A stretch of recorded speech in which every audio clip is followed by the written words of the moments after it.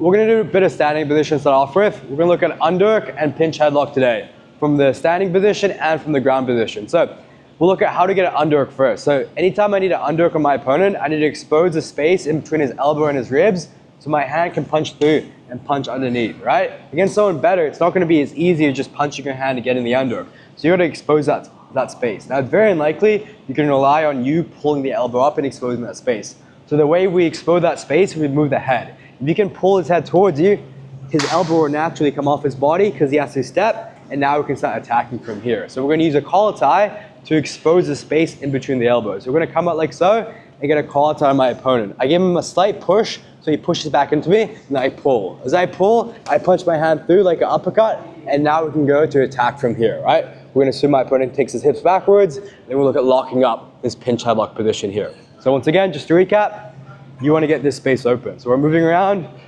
we're hand fighting, punch it in, and now we're ready to attack, right? It has to be quick. If you slowly pull and then your hand goes in like this, you can obviously see that coming. So the idea is, as you pull, your hand punches in because you expect that space to be open. That makes sense? Yeah, let's go. 3, 2, 1. Now we're gonna look at going towards the pinch headlock. So this is nice. So from here, I punch my hand towards the inside and I wanna attack from here. Now, if he keeps his hips in, I would just look to lock my hands. Most people from here, once you get an underhook, they bring their hips backwards. So from here, all we're gonna look to do is connect my hands. I shoot my hand deep and I lock just around his trap. I'm not locking a normal pinch headlock where I'm taking my thumb all the way towards the inside. I'm locking like a half variation of pinch headlock. And then from here, all I'm looking to do is get his forehead onto my chest and pull my elbows down. This is quite a controlling position. I can look to attack from here. So as he tries pulling out and getting away, right, I have quite good control over him, and now I can look to attack. So your main options from here is going behind him and hitting a throw by. So we can look to lift our elbow up as we step behind and just brush the arm by. Now we can look to secure the back, right? If you want to get more advanced with it, we have a couple more variations as well. We can look to add foot sweeps, tapping the foot, getting his hands towards the mat, or we can do like this hopping motion where we jack our knee up to add momentum. We can start getting behind. And once we get behind, remember, if you're lazy, you can circle out. So keep your grip and capture the far hip so you can start walking into him and then locking your hands, right? This is assuming he brings his hips backward and he tries running away, which is most people's reaction. So from here, just shoot both hands through and lock palm to palm. Right? If you leave your elbows open, it's gonna feel very awkward and maybe you could hit a duck under. So just looking to pull him in nice and tight. Right? Squeeze and pull your elbows in. And now we can look to attack from here. Step towards the side, lift your knee up, and then shrug that arm by, and then capture that hip. More advanced, we can add foot sweeps as well, locking the foot, or we can add like a slight lift with our knee to add even more momentum. Make sense? Yeah, 3, 2, 1. So pinch headlock is also a great idea from the bottom position. So we're gonna play guard. We're gonna assume for now our opponent's on his knees, and we'll look at attacking pinch headlock. So what I need for pinch headlock is my opponent's hand posted on the mat, right? And we're gonna look at different ways we can get here, but the easiest one is from this kneeling position. Now, when you're playing kneeling and you're hand fighting, ideally you're gonna play in between shoulder and wrist. The idea is you want top hand position. You're gonna grab on top of his hands, because from here, if you have top hand position, you kind of dictate the battle. If he tries locking his hands and going for body locks, because you have top hand position, you can dictate, right? You would need to probably get his hands through, get on top and things like that. But what can we do if he's constantly pulling out and we're having trouble? We can give up bottom hand position. So from here, we come in with our elbows in, we just scoot towards my opponent. From here, he's probably gonna place a grip somewhere on my bicep like this, right? And now from here, we can grab the elbows and we can pull, we can start elevating him, right? If we can't get top hand position, we also have other options, just grabbing underneath. All we need is some type of grip. We grab underneath his wrist. That's all we need, because we're gonna elevate and put his hand towards the mat. If we're on top and we pull him in, we pull him into body locks, right? So make sure you get under his arms. Now from here, the second step is round your shoulders as much as possible. Round, pull your knees to your chest, and use your hooks to lift to get his hands towards the mat. Now we have a bunch of options. We're gonna attack from here. Can I use you, spin? Cool, yeah. All right, so cool. We elevate, we get his hands towards the mat, and we start attacking. Now from here, it depends where he is. If I feel like he's sagging backwards too much, I can lift him overhead a bit more, but I'm gonna attack. I'm gonna shoot one hand through, and now we're gonna look at locking up this position from here. So unlike before, we're gonna take our thumb as far deep as possible. Take it all the way through. And now we lock, and now we focus on pinching our elbow in and raising my elbow.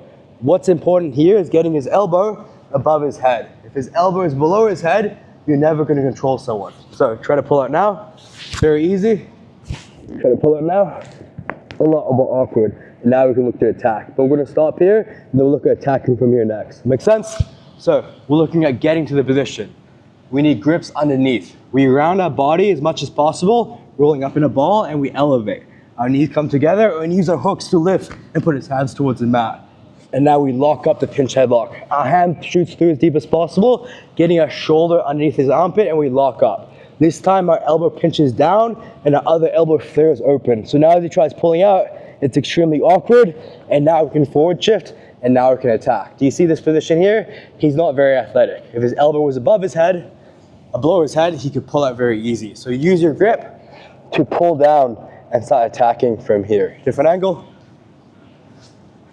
Any grip underneath, it doesn't matter. 2-on-1, wrist grips, elbows. Pull your elbows in, elevate, get his hands towards the mat. Shoot up, grab his arm, grab his head, pinch him down, cut your elbow in while we lift. He tries to pull away and get out. He tries to run away. We have connection, and now we can attack from here. Make sense, guys? Yeah, 3, 2, 1. Manage to use any variation of grip to get our opponent's hands towards the mat. When we get his hands towards the mat, we pick a side, going shoulder deep, and we lock up the pinch headlock. We pull him in, we flare our elbow, and we tuck our other elbow in. And now we can forward shift. So trying to sweep from here can be hard because I don't really have the right tension, right? I want to forward shift and get towards my knees so I can generate more power. So from here, pull your knees to your chest and shift him forward like this. And now we can attack. And now we can look to sweep him in the direction that he has his hand posted. We curl our foot towards our butt and we hit a sumigation. We start lifting and engaging our hook. As he tries to step up and maintain his base, we use our foot in his knee, taking it out, lifting, and getting on top towards top position, right? But it's very important you practice the skill of building tension and loading him onto your hooks. So we put his hands towards the mat, we get our arm elbow deep. He tries to pull out from here, we have such good control. We pull our knees to our chest, we start sweeping from here. Now, as we start sweeping, most people good are gonna post with the leg. So if we just sweep, that gets to a point where I kind of run out. So when I run out of space, I switch from a drive leg to posting just above his knee. I take his knee out, through, as I lift, and now I get towards top position.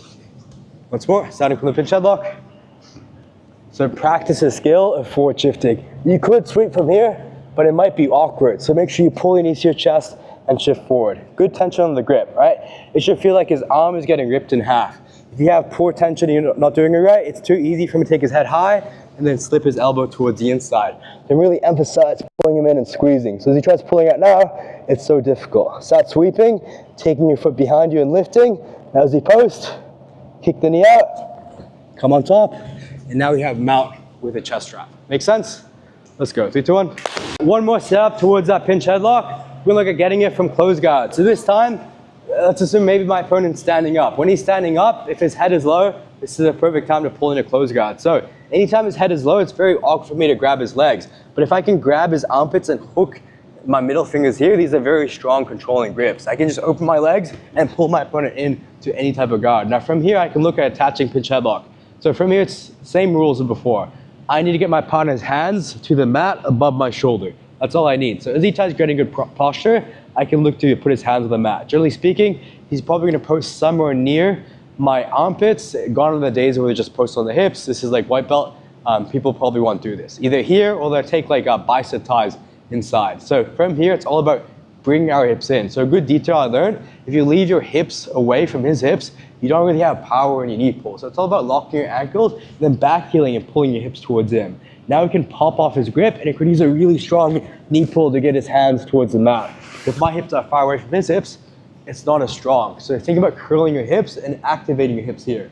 This is what makes your closed guard very powerful. Now we can get his hands towards the mat. And now same thing from here. We lock up and now we attack. But our legs are around him. So from here, we actually need to think about how can we go into attacks. Because if I'm lazy, he's gonna bring his knees back high and he's gonna start building posture. He's not gonna take his knees, he's gonna bring his knees up as high as possible and then sit backwards and escape. So I need to elongate my partner's posture as much as possible. So watch what I do. I start hamstring, knee walking along the mat. If I want to, I can even use grapevines to extend. So as he tries walking back into me, and pulling the arm back, it's so awkward, and now I can put one hook in and then the other fairly easily. And now as he tries coming back into me, I can forward shift and move towards the seated position and go get all my options I want. I can go pinch headlock, I can go triangle. You have a bunch of options from this pinch headlock position. I think it's a great idea, especially if he's stalling. So we've pulled him in a close guard. Right? He starts sitting up, I engage my hips, even if he's standing up. As he stands up, this is the best time to get his hands towards the mat. I shoot and I lock this pinch headlock grip. It should be like a vice. He can't even move. If you want to, you can even lock wrist to wrist to make the grip stronger. Now as he tries bringing his knees forward and building back posture, I knee walk and I extend him away. I can even use grapevines like so. Now put your hooks in, and now just same thing as before. So the exact same second move, we pull our knees to our chest, we start sweeping in this direction here. His hips come up high, we take the knee out, and now we get up on top. That makes sense? Any questions? Now if you're new, start from close guard. If you want to drill the close guard entry, it's up to you. 3, 2, 1.